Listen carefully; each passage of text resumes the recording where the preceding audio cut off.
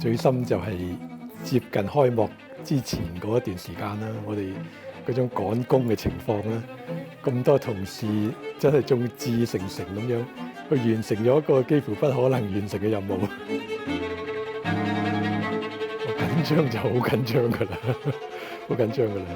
咁例如喺嗰個籌備個開幕嗰個演出嗰晚咧，其實嗰啲嘉賓啊，因為好多非常重要嘅人物會嚟㗎嘛，嗰啲排位啊等等咧，其實都係一個非常之艱巨嘅工作。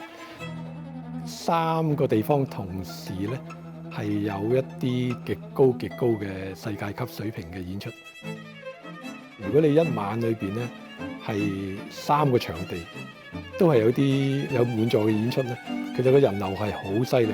咁所以我哋要諗下觀眾係應該每一個場地嘅觀眾應該點入場咧？香港喺之前咧，從來未試過有呢啲咁嘅規模嘅場地咧。我哋點樣令到本地嘅藝術團體能夠適應喺度演出，好樂意喺度演出？咁呢個都係要同佢哋多多嘅溝通。嗰陣即係講笑咁講咧，就有藝團就星期日，其實佢喺後台啊，佢後台打電話嚟，我喺樓上嘅辦事處咁，佢第一個説話，我知道你實喺度。咁當時嘅生活係咁啦，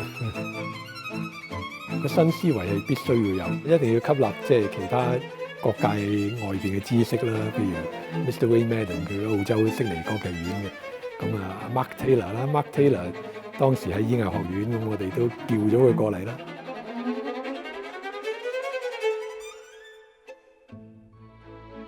I joined 15 months before the official opening of the cultural centre, and the venue was a very different type to anything else that was within the venues that the then Urban Services Department. We knew that the first performances would be of a very high calibre. Opera from Cologne, ballet from the Royal Danish Ballet.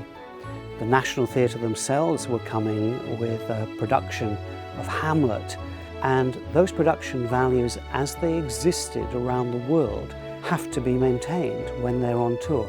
These companies will not come if it risks their reputation. Cologne Opera was not just doing one opera, but 2 operas on alternate evenings. I don't really remember when my day started and when my day ended around that first week. The Phantom of the Opera. One particular interesting problem that we had to solve was that our follow spot operators, the lights that follow actors around the stage, came from our own crew. They're experienced people, but we did occasionally need to change them. But Phantom were very clear, this is not allowed.